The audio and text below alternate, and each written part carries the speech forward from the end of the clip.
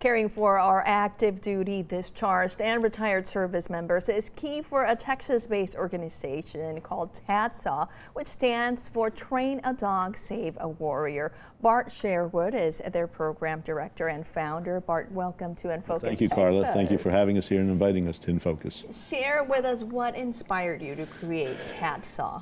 I was in the wrong place at the wrong time. I was at the Warrior Family Support Center at Fort Sam with a therapy dog. It was a reading education assistance dog, and the little girl was lying there petting the dog, and her father walked up, who's going through some medical appointments, and looked down and saw his daughter laying next to the dog, just being really relaxed. And he looked and said, "Gee, I wish my dog could do that." And I looked up to him and said, "Train a dog, save a warrior." And that was like on July the 19th of 2010, and it started me thinking, maybe there's a better way to train dogs than what they're doing now. And TADSAW was born, and we haven't looked back since then as far as the way the program's set up. We believe that the veteran or the service member needs to be proactively responsive in the, participating in the program. And it wasn't until 2021 that I had a dream, and somebody said, "Why is TADSAW so popular? And why is it so many people signing up for it?" And I said, "Well, it's easy. It's a participant-trained service dog." And when I said that, I jumped up out of bed and said, "What does that mean, though?" Participant-trained service dog, it's another acronym for PTSD. And so if you look at it like a participant-trained service dog, then you're taking the stigma away from the medical condition these service members have been labeled with, because nobody wants to get help if everybody's looking at them like they're mentally ill and mental health-related problems. They're crazy.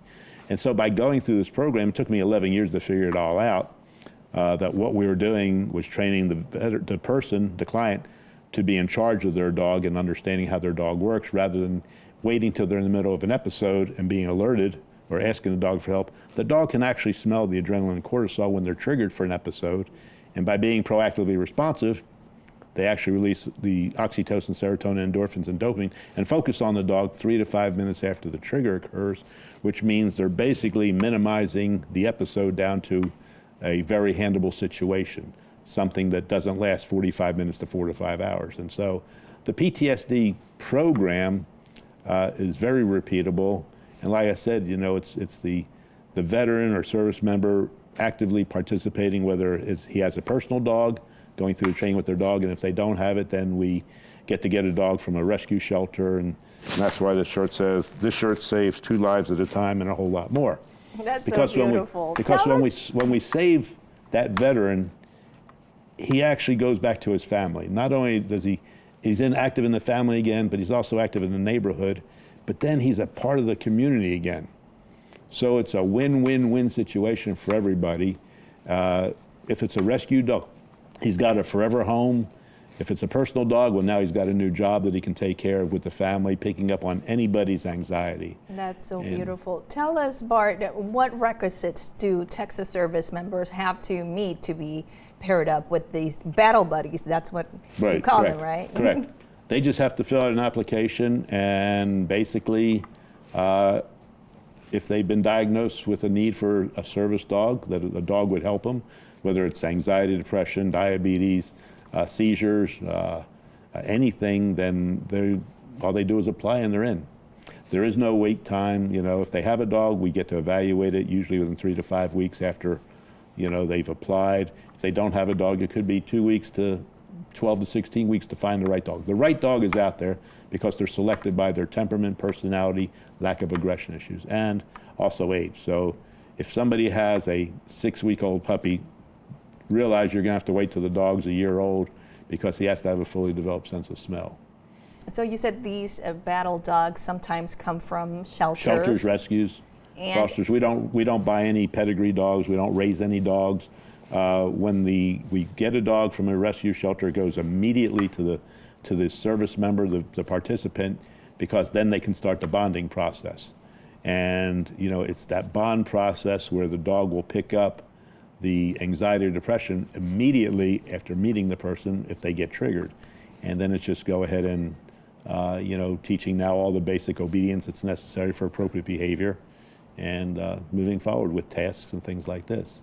So it's not uncommon for us around Texas to see the battle buddies with their masters out and about. What recommendations do you have for Texans in general as to how do we interact with this battle buddies? Treat them like a regular person, that they're just walking their dog, and you wouldn't stop every person and say, "Can I pet your dog?" Well, just don't ask, "Well, why do you have a service dog?" or "Why do you have this, that?" Just the service dog is a right of access to be able to enjoy life like anybody else who doesn't have a disability.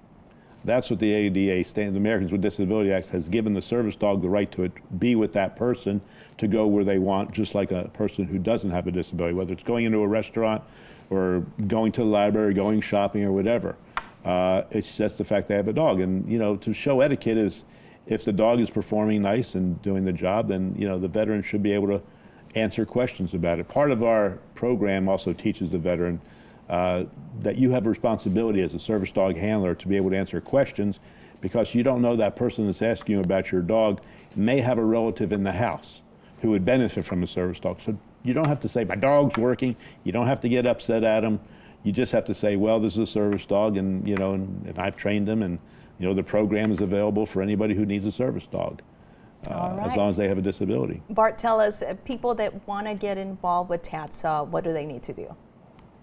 We don't have volunteers because all of our veterans do their dog training under the direction of a service dog trainer. So it's not dog walking, cleaning out dog kennels, things like this. It's just, I guess, when you see somebody with a dog, just thank them for their service, or sacrifice for the country of what they've given, because now they've got a dog. It's to, they can go to our website, make a donation, because we're always looking for money. As far as, dogs, a lot of people call, but, the dog has to be evaluated if it's suitable. But it's just being understanding, and you don't have to harass somebody about the service dog they have. But if you have a question, it's to go ahead and ask them, like, "How do I get a service dog?" or how can anybody get a service dog? And as long as we're, this is about Texas. Train a Dog Save, or TADSAW, has 731 service dog teams throughout the state of Texas. So we've been around a long time, and we have quite a few dogs, teams out there, and the number's growing. And it's about helping people. It's about making a difference in somebody's life, to make their life better.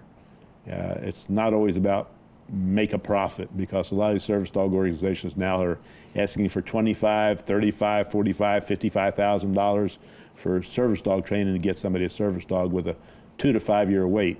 And if you really need a service dog, you need to start immediately. And so, there's no charge for our veterans or their family members to get a dog.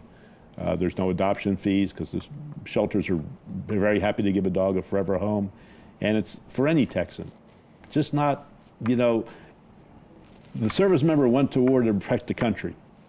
They've also been involved in organizations or have done things to improve life, the quality of life for other people, for Americans.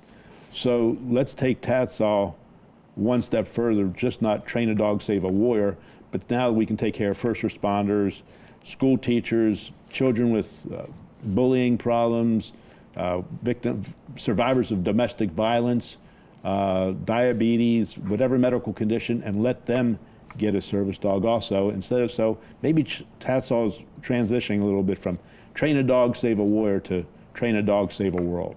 Because we get to that team, that person and that dog get to improve the quality of life, not only for themselves, each one of them, but their family members, their neighborhoods, and their communities. And that's, when you start looking at communities, you're just looking more than one person. You're looking at thousands of people. So if that's what it does, then when you look at 731 communities across Texas, that's a whole lot of people.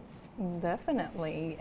Bart, we want to thank you for your service and for the impact that you are doing thank you. Thank you for having us here. For military members across Texas. Thank you.